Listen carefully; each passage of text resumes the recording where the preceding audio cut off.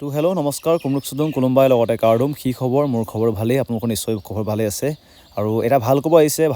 অসম পুলিচৰ পালৰ পৰা আহিছে অসম পুলিচৰ যোনটো কুকমেন ভেকেন্সিৰ কাৰণে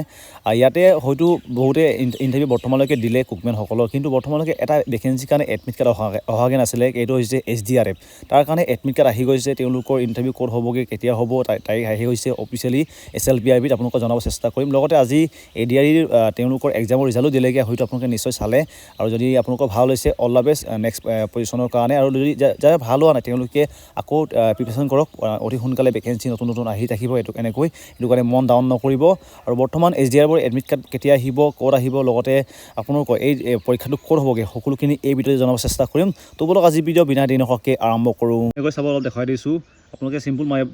মাৰিব গুগলত এনেকৈ SLPRB যেনেকৈ মাৰিছোঁ মই তাৰপিছত এনেকৈ অপশ্যন দেখাব SLPRB তাতে ক্লিক কৰিব আৰু ক্লিক কৰাৰ পিছতে ইয়াতে আপোনালোকে দেখিব এটা নটিচ আহি গৈছে আপোনালোকে দেখিব ইয়াতে দেখিব এইটো হৈছে SDRFৰ কাৰণে যোনটো কুকমেন ভেকেন্সি আছিল তেওঁলোকৰ কাৰণে